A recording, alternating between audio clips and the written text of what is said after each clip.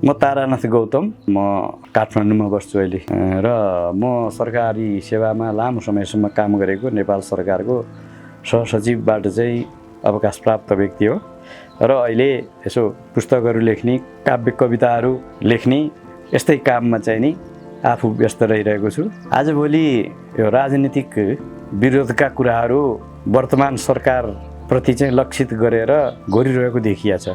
काम गर्न नदिने 30औं वर्षसम्म आफूले भ्रष्टाचारजन्य कामहरू गरेर राष्ट्रलाई उन्नतिको बाटोमा नलैजाने अवस्थामा आफू रहे। अरू विभिन्न पार्टीहरू जो अहिले सरकारमा रहेको पार्टी छ त्यो बाहेक, राष्ट्रिय स्वतन्त्र पार्टी बाहेक अरू पार्टीहरूले अब अहिले पनि सरकारले गर्न लागेको काममा हरेक कुरामा चाहिँ खुट्टा तान्ने र काम गर्न नदिने, अडचनहरू गर्ने र भए नभएका प्रमाणहरू अनेक खालका कुराहरू खोतलेर काम गर्नबाट चाहिँ वञ्चित गर्ने जुन प्रवृत्ति देखिया छ, त्यो प्रवृत्ति चाहिँ एकदमै ठिक लागेन मलाई।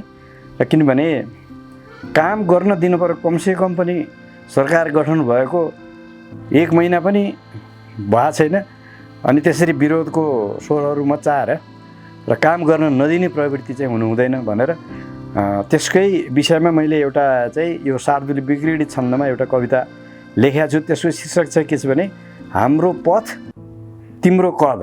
हाम्रो पथ भनेर चाहिँ सरकारको पथ त्यो हो भन्ने हो र म सरकारको मान्छे होइन तापनि, र हाम्रो पथ भन्नाले चाहिँ सरकारलाई इङ्गित गर्छ र तिम्रो कद भनेको चाहिँ त्यो अन्य पार्टीहरूलाई चाहिँ त्यसले चाहिँ लक्षित गर्छ। र यो शार्दूल विक्रीडित छन्दमा लेखिएको 4 हरफको कविता म यहाँ प्रस्तुत गर्न अनुमति माग्छु। हाम्रो राष्ट्र र राष्ट्रवाद जनता झुक्दै नझुक्ने पथ।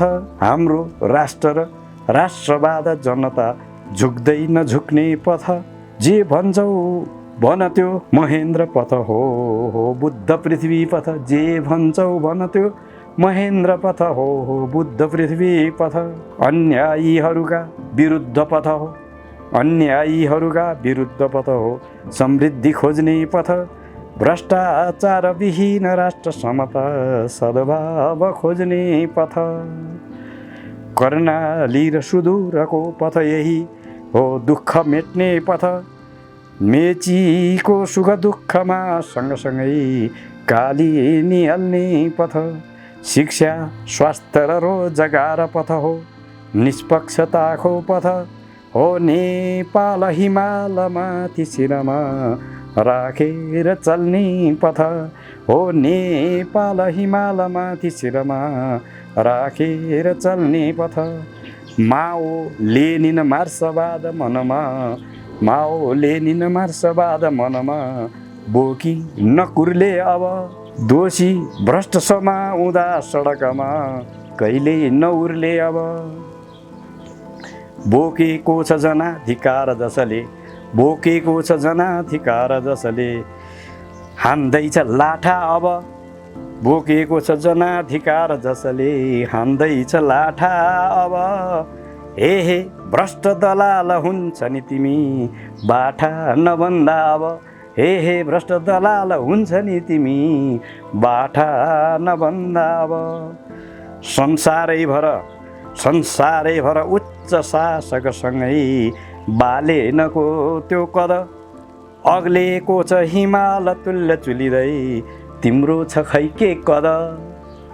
अग्लेको छ हिमाल तुल्य चुलिँदै तिम्रो छ खै के कद।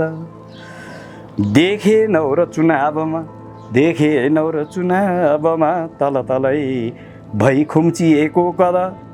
आफ्नो सोच सुधार नत्र त भने घट्ने छ तिम्रो कद। आफ्नो सोच सुधार नत्र त भने घट्ने छ तिम्रो कद। धन्यवाद।